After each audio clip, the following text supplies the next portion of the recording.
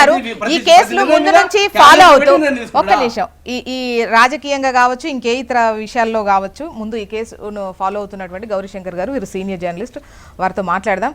గౌరీశంకర్ గారు నమస్తే అండి. మేబీ మీరు మ్యూట్లో ఉన్నట్టున్నారు అనుకుంటున్నా.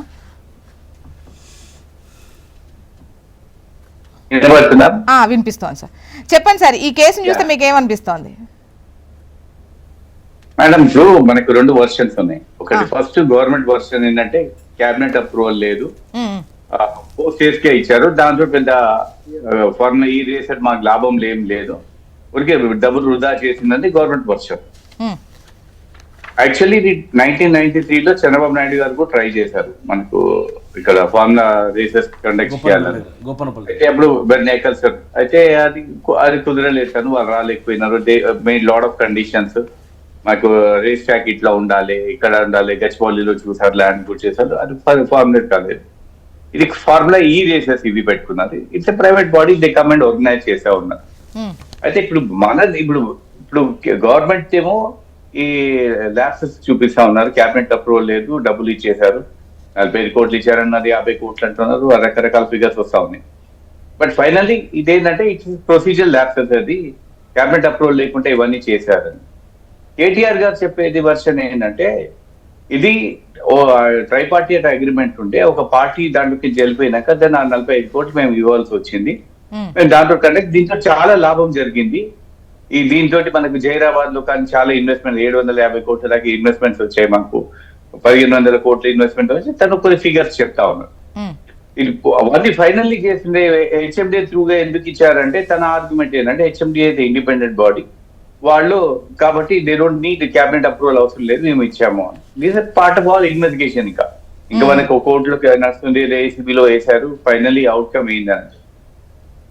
బట్ అభియోగానికి సంబంధించి 54.88 అయినా కూడా ఇది అడ్డుకోకపోవడం అంటే నెక్స్ట్ ఇదే కంటిన్యూ అయితే గనక పెద్ద ఎత్తున ఆల్మోస్ట్ 600-700 కోట్ల నష్టం వాటిల్లేదే, అది మేము అడ్డుకున్నాం, అవ్వకుండా జరిగింది, అడ్డుకున్నామని చెప్తున్నారు. అదే అంటారు, అది ఇవన్నీ ఇఫ్స్ పెడతామా.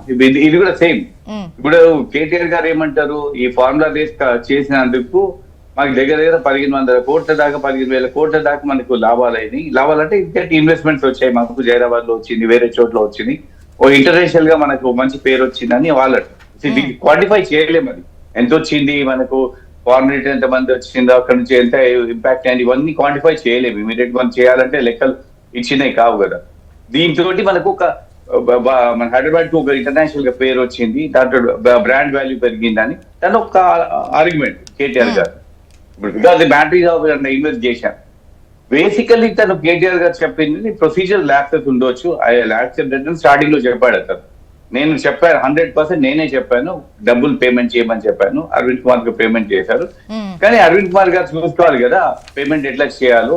తను యాజ్ పర్ నామ్స్ గిట్ అంతా వాళ్ళకి తెలుసు, నాకేం తెలుసు. నేను ప్రామిస్ చేశాను, నేను పేమెంట్ చేయమని చెప్పాను.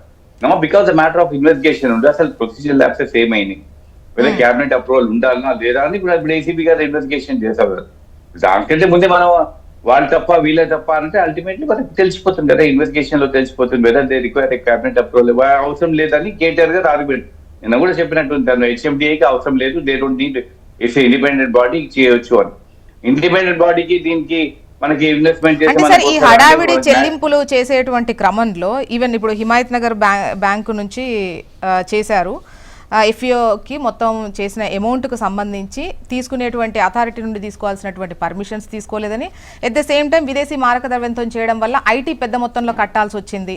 సో అదొక 8 కోట్లు అదనంగా కట్టారు అని చెప్పేసి కొన్ని లెక్కలు చెప్తున్నారు. అంటే ఇక్కడ పర్మిషన్స్ అనేవి తీసుకోండి. ఇప్పుడు బ్యాంకుకు సంబంధించి చూసినప్పుడు చిన్న చిన్న లావాదేవీలు జరిగినప్పుడే వాళ్ళు అంటే క్లియరెన్స్ సర్టిఫికేట్ లేనిది అమౌంట్ ట్రాన్స్ఫర్ చెయ్యరు. అటువంటిది ఇంత పెద్ద మొత్తము అంటే ఇటువంటి సర్టిఫికేట్స్ ఏమి లేకుండా, క్లియరెన్స్ సర్టిఫికేట్స్ ఏమి లేకుండా చేస్తే బ్యాంకుల పరిధిలోకి వెళ్తుందా, అధికారుల పరిధిలోకి వస్తుందా, మంత్రి సమాధానం చెప్పాల్సిన సిచ్యువేషన్ ఉంటుందా? గవర్నమెంట్ ఇన్వెస్టిగేషన్ లో మనకి ఇవన్నీ తెలుస్తాయి.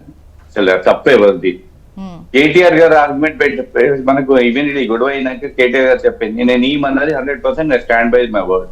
నేనే ఈమని చెప్పాను, డబ్బులు రిలీజ్ చేయమను. డబ్బులు ఎట్లా రిలీజ్ చేయాలి అది ఆఫీసర్ల డ్యూటీ, అది నాకు తెలియదు ఆ ప్రొసీజర్స్. వాళ్ళు ఎట్లా ప్రొసీజర్ ప్రకారం ఇవ్వాల్సి ఉంటే వాళ్ళ బ్యాంక్ లో ఇన్ఫర్మేషన్ ఇవ్వాలనా లేదా ఇక ఫార్ములా ఈ రేస్ ప్రకారం మాత్రం ఐ టేక్ రెస్పాన్సిబిలిటీ. నేను తెచ్చాను, బ్రాండ్ వాల్యూ పెరుగుతానని నేను తెచ్చాను. పేమెంట్ విషయాల్లో వచ్చింది మాత్రం డెఫినెట్ గా ఆఫీసర్లు చూసుకోవాలని ఒక స్టేట్మెంట్ ఇచ్చాడు. ఇప్పుడు కాదు, లాస్ట్ ఇయర్ ఇచ్చారు, ఇంతకు ముందు కూడా 2 సార్లు ఇచ్చారు. నా ఇన్వెస్టిగేషన్ లో మనకి ఇన్వెస్టిగేషన్ నడుస్తుంది. నా గవర్నర్ శాంక్షన్ ఇచ్చింది కాబట్టి ఏసీబీ ఇన్వెస్ట్మెంట్ చేసేప్పుడు అసలు ఈ డబ్బులు ఇచ్చింది ప్రొసీజర్స్ కరెక్టా రాంగా అదే ఇన్వెస్టిగేషన్ తెలిసిపోతుంది కదా మనకు. దాంతో ఇప్పుడు ఇది రేసెస్ మనకి లాభమా నష్టమైందా, మనకి ఏం జరిగిందో అని అంటే దానికి క్వాంటిఫై చేయాలంటే చాలా కష్టం. తన ప్రకారము దగ్గర 15,000 కోట్ల వరకు ఇన్వెస్ట్మెంట్స్ వచ్చాయి మనకు. చాలా మంది వేరే వాళ్ళు ఇన్వెస్ట్మెంట్ చేశారు, హైదరాబాద్ బ్రాండ్ వాల్యూ పెరిగిందని కేటీఆర్ గారు ఆర్గ్యుమెంట్. అది క్వాంటిఫై చేయలేము. రేపు ఎవరు ఏ ఆఫీసర్ కూడా చెప్పలేము అని బట్టి మాకు బ్రాండ్ వాల్యూ వచ్చింది. ఏ ఈవెంట్ చేసినా కూడా మనకు ఇప్పుడు నేషనల్ గేమ్స్ కూడా మన దగ్గర కండక్ట్ చేశారు, ఆఫ్రో ఏషియన్ గేమ్స్ కండక్ట్ చేశారు. ఎంత ఖర్చు అయింది అని దాంతో లాభం ఏంటి అని అంటే దెన్ అగైన్ డిబేటబుల్ థింగ్ ఇది. సేమ్ థింగ్ ఇప్పుడు ఫార్ములా ఈ రేస్ కూడా అంత యూత్ ఉంటారు, అట్రాక్ట్ అవుతారు, ఫారెన్ ఇన్వెస్ట్మెంట్ అట్రాక్ట్ అవుతుంది అని వాళ్ళ ఆర్గ్యుమెంట్. ఇంతకు ముందు చంద్రబాబు నాయుడు గారు కూడా అదే ఆర్గ్యుమెంట్ చేశారు, మన బ్రాండ్ వాల్యూ పెరుగుతుంది మనం పెడితే. కాబట్టి ఇప్పుడు ఇన్వెస్టిగేషన్ లో నడుస్తుంది. బేసికలీ ఇక్కడ చెప్పేది అంటే ప్రొసీజర్ ల్యాప్స్, అది కరప్షన్ ఉందా, కరప్షన్ అయిందా లేదా, అది ఇన్వెస్టిగేషన్ లో తెలుసు.